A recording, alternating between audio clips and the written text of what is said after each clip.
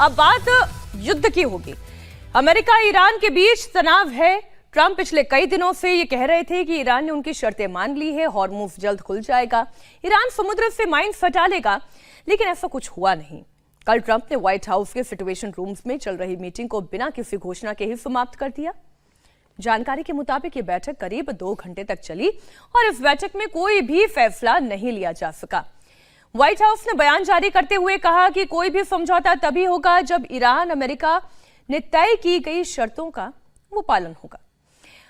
Trump ने कहा कि ईरान कभी परमाणु हथियार नहीं बनाएगा, हॉर्मुज़ स्ट्रेट को तुरंत पूरी तरह से खोला जाएगा, हॉर्मुज़ से गुजरने वाले जहाजों पर टोल नहीं लगेगा। ट्रंप ने कहा कि ईरान के एनरिच्ड यूरेनियम भंडार को नष्ट करेंगे, लेकिन ईरान को ट्रंप की ये शर्तें बिल्कुल मंजूर नहीं है। तो फिर आगे क्या होगा, सवाल इसी बात पर टिका हुआ है। विजय जी, आगे क्या होगा?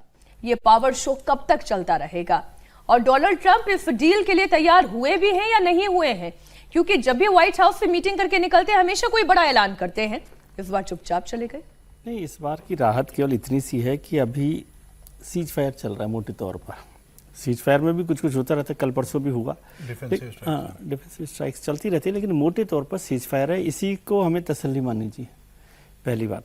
दूसरा, ईरान भी बहुत पीछे हटने के लिए तैयार नहीं दिख रहा, खासतौर से न्यूक्लियर जो भी मसला है, एनरिचमेंट का मसला है, उसको सौंपने का मसला है। अमेरिका ने साफ कर दिया कि वो अमेरिका के अलावा कहीं भेजना नहीं चाहता, वो रूस और चीन के बीच में करना चाहते हैं, थोड़ा सा झुके हैं।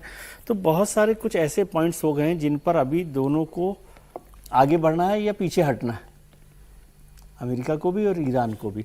और उन सब के बीच में एक पेच कर दिया हमारे मित्र नेतन्याहू साहब ने, उन्होंने जो अब्राहम अकॉर्ड जिसके लिए ट्रंप साहब आगे आए, तो वो सारी चीज़ें ऐसी हो रही हैं जिनमें बहुत धीमी रफ्तार से ये काम हो रहा है, लेकिन इतना मेरे को समझ में आ रहा है कि ये चल आगे की तरफ रहा है। कितना टाइम लगेगा, कितना टाइम नहीं लगेगा, किसी दिन ट्रंप साहब का मूड खराब हो जाता है सुबह उठते ही, तो कुछ और हो जाता है। अदरवाइज चल एक ठीक रास्ते पर रहा है, उस पर थोड़ा सा टाइम लगेगा। इतना आसान भी नहीं होता, जो इतनी बड़ी जंग हो जिसमें इतने सारे मसले फंसे हुए हो। 3 मुल्क तो वैसे ही हैं और 8-10 मुल्क और हैं जिनके अपने इंटरेस्ट हैं, अपने डर है, वो सब चीजें। 24 घंटे में क्या युद्ध खत्म होने की संभावना थोड़ी बलवती दिखाई दे रही है पहले के मुकाबले? देखिए, मुझे जो लगता है, मुझे मेरी अपनी बहुत अपनी समझ है, क्योंकि ट्रंप की समझ को डिकोड करना ट्रंप के लिए भी मुश्किल है, लेकिन जो मेरी समझ ये बन रही है कि ये परमानेंट पीस की तो हम बात ना ही करें।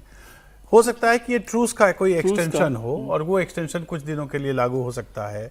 उस दौरान और बातें होंगी, उस दौरान ये खास करके ये जो प्राइस राइज हो रहा है फ्यूल, कच्चे तेल का और इन सब चीज़ों का, उसको स्टेबलाइज करने की कोशिश की जाएगी। और अमेरिका अपनी ओर से हमेशा ये दबाव बनाता रहेगा कि अगर तुमने ये नहीं कहा तो हम डिफेंसिव स्ट्राइक करेंगे।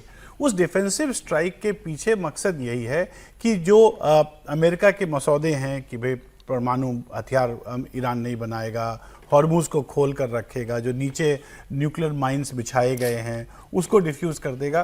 तो ये सब मुझे लगता है कि अगले 2-3 महीने तक की ये प्रक्रिया, कम से कम 60 दिनों की प्रक्रिया ये ट्रूस की जो है वो होगी। फिर वहाँ से मतलब जिस प्रकार से ये पेचीदा मामला है उसको हम लोग वैसे पढ़ते समय ये कहा जाता है कि ये फंक्शनलिज्म का एक प्रतीक माना जा सकता है कि भाई one piece leads to piece by piece, टुकड़ों टुकड़ों से शांति, जिसको आप कहते हैं कि टुकड़ों टुकड़ों से ही आगे ये बढ़ने की तरफ लग रहा है, ऐसा मुझे लगता है। प्रोफेसर साहब, अभी 2 दिन पहले की ही बात है और तब ये चर्चा हो रही थी ईरानी मीडिया के हवाले से कि हमने एक मसौदा तैयार कर लिया है, बहुत ही अच्छा मसौदा है और इस पर यूएस हमारे साथ राजी हो गया है। लेकिन तब व्हाइट हाउस से ये कहा गया कि हमने कोई ना मसौदा तैयार किया है, ना अभी तक कोई हस्ताक्षर किए हैं और अभी तक कोई डील नहीं हुई है।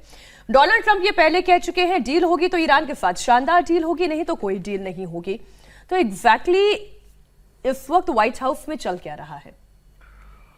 देखिए, व्हाइट हाउस तो चाहेगा कि पूरी तरीके से वहाँ पर शांति हो जाए, हॉर्मुज़ खुल जाए, लेकिन व्हाइट हाउस की जो शर्तें हैं वो ईरान के लिए मान्य नहीं है।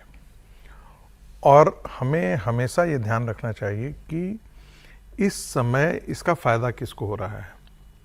यदि आप कुल मिलाकर के देखें तो रसिया का बहुत फ़ायदा हो रहा है। उसने अपना ऑयल प्राइसेस सब बढ़ा दिया है। कहाँ तो एक तरीके से वो पूरी दुनिया को सब्सिडाइज्ड रेट पर ऑयल सप्लाई कर रहा था, क्योंकि तब तक उनके ऊपर बंदिशें थी। बंदिशें थी और एनर्जी मार्केट में एक ढंग से उसके लिए उनके उनके तेल को खरीदने वाला 2 ही कंट्री 3 कंट्री थे, इसके अलावा तो कोई खरीद नहीं रहा था। अब उनके तेल को खरीदने वाला मार्केट, चूंकि मार्केट में पूरा इंटरनेशनल मार्केट में क्राइसिस हुआ है, तो आपने देखा होगा कि उन्होंने भी अपना तेल जो है वो मार्केट रेट पर बढ़ा दिया है।